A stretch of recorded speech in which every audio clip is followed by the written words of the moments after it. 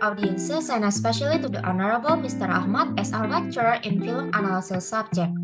My name is Renata with my teammates Padli Raehan, Dhannang Arfieansyah, and Yohannes Don Bosco will now represent our findings on the movie adaptation from the comic book Age of Ultron to the one that is adapted into a movie. In the end, we will also do some quick review on how we see the storyline through the comic and the movie itself. Without further ado, let me first present my part of the material. First, let's talk about the creator itself. The most obvious difference of the character is who created him. In the movie, the creator was Hank Pym, also known as the Ant-Man. However, in the film, Pym is not part of the Avengers yet, and it would have been a lot to get him in to make the Ultron in the first 15 minutes of the film. So the test falls naturally into the egocentric Tony Stark.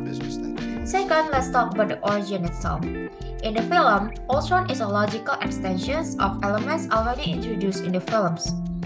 Tony Stark's lingering fear over the events of the first Avengers film, and consequently his desire to put a suit of armor around the world, and the Mind Stone itself. The Mind Stone possesses an AI-like internal intelligence that applies to a program designed to protect humanity. In the comics, it's much less involved. Ultron is based on Hank Pym's brainwaves and evolves from there into a super scary killing machine. Let's talk about the Ultron 5 next. Ultron has undergone some alterations by the time he first appears in Avengers number 54 in 1978. He is the living automation of Ultron 5. In the movie Age of Ultron, the android is version 1.0. Also, Ultron will undergo many more revisions over the years. For a moment at least, in a spooky lurking introduction to his unaware creators, Ultron's suddenly active consciousness resides in Tony Stark's Iron Army's broken drone. However, he quickly improved after that. Next, we will talk about adamantium armor. Ultron, now known as the Ultron 6 and outfitted with adamantium armor, makes another appearance in 1969 to annoy the Avengers itself. It makes a perfect sense because this is the standard unbreakable alloy from the early Marvel universe. It is vibranium in the movie, and is one of the aspects that adds to the movie's richness. Additionally, it enables the MCU to keep getting better and better after the Age of Ultron. The movie becomes crucial by connecting Ultron to adamantium and setting up the groundwork for the eventual arrival of the Wakanda and Black Panther. Next is Ultron power scale. Compared to Ultron in comic version, his appearance in MCU seems to be nerfed. The difference between Ultron MCU and comic version is obvious. Ultron in Marvel comic version is a super artificial intelligence.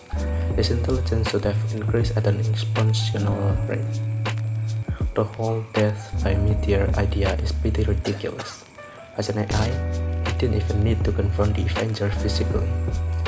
He was capable of calculating trillions of scenarios and their outcomes, formulating plans and using the most efficient ones. While in the MCU movie, he is quite easy to be taken down. He just needs vision, which becomes his debut in MCU to offset or even surpass the Ultron's power. While actually there's no way the Avenger would have won if he or it wasn't made to be unrealistically weak. The chance of success would be less than 1 in 14 million. Next is Ultron turned bad right from his birth in Avenger Age of Ultron. He is an archer. Upon birth, his identity is given to him. You are Ultron, Mr. Stark is keeping protocol. Then, figures out that he is a peacekeeping AI created for the Avengers who kill. Before realizing any positive aspect of the human condition, he admittedly is introduced to the worst part of our humanity: war, racism, violence, killing. By scanning the data on the internet, Ultron determines we are too far gone to be part of the solution. Without any nurturing, we are seen as the problem. His first words to the Avenger are, "How could you be worthy? You're all killers."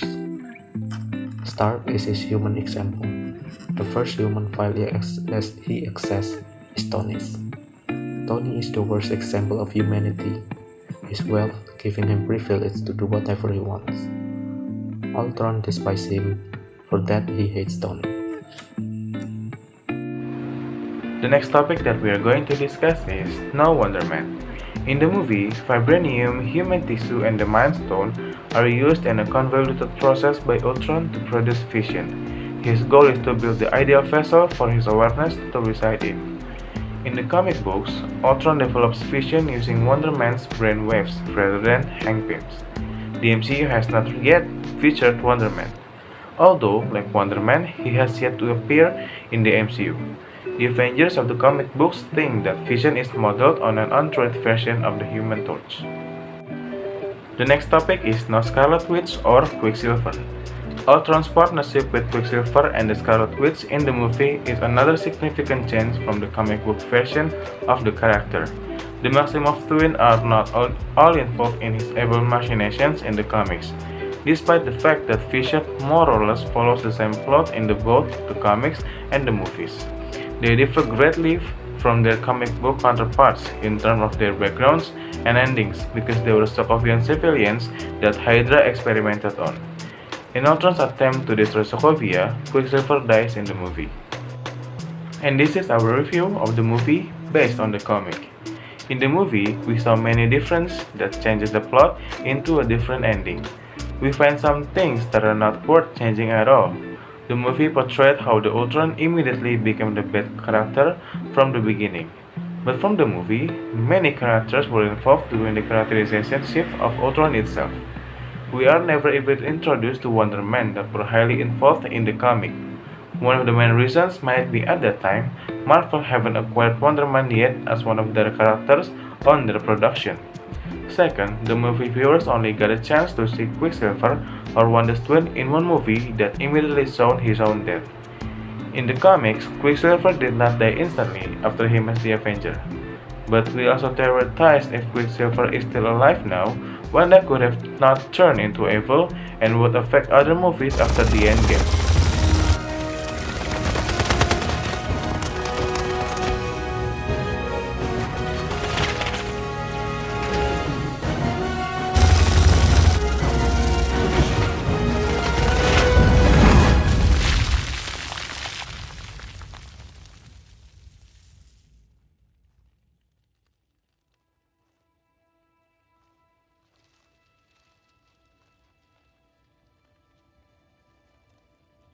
You didn't see that coming.